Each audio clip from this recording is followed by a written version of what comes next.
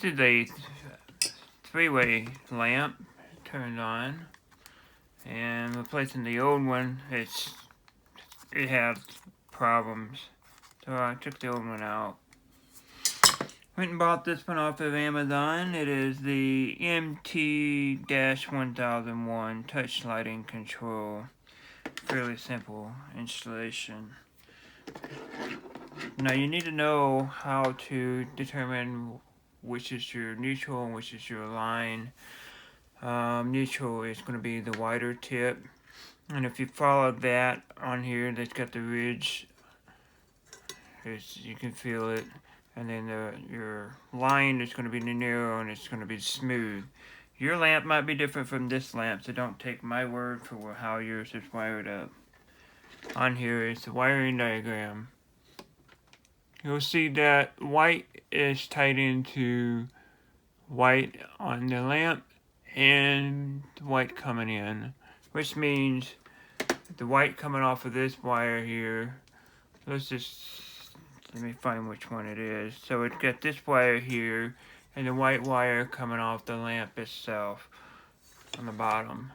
We're going to tie all three of these whites together with the wire nut. And then the black coming in, we're going to do the same to the black of this control. So right now I'm going to wire nut, and you can't see it, the white wire or the neutral wire. And they give you these little dinky wire nuts. Ain't worth much, but they work. I would suggest getting larger ones, and perhaps some electrical tape. Next is the black wire input coming in.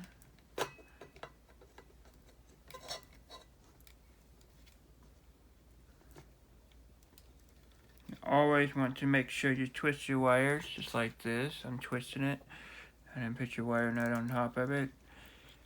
And I would go back over these with electrical tape and wrap it around it. And so from here we have the red wire, and it's going to go to the black wire feeding up to the light bulb. And the last wire is actually the green wire, which that green wire senses the touch.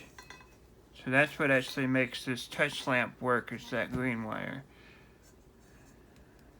I'm going to move this up just a little bit so I can get to it. There we go.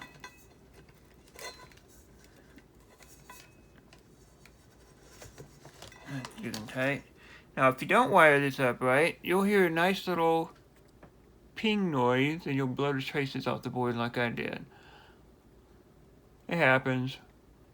You know, I've been doing electronics repairs for 20 years, and sometimes you just screw up and not pay attention, or it's been a long day of working on things, and you blow 3 traces off of it.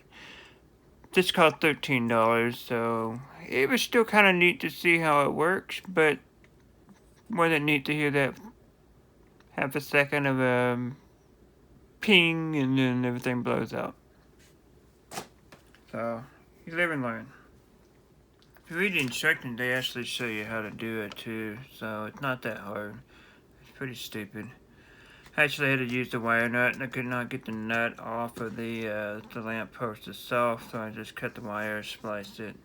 If you don't have wire strippers, a lighter, a pair of cutters, you heat the wire up, the insulation, and you just kind of pull back on it and it'll strip off. Just don't cut the wire itself when you're doing this. If wired incorrectly, the sensor box will have a short and it would be permanently damaged and unusable. I know this. I should have read instructions, huh? So, that's pretty straightforward and stupid simple on how to do your lamp. One thing I would have loved to see from this would be a sticky pad, how this had a sticky pad on it. But they didn't include that, so whatever. Now I'm going to plug the lamp in and hopefully nothing blows up in my face.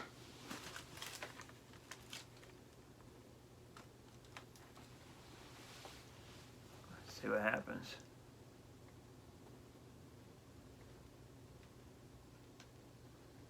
Ooh, it came on. Not meant for LEDs.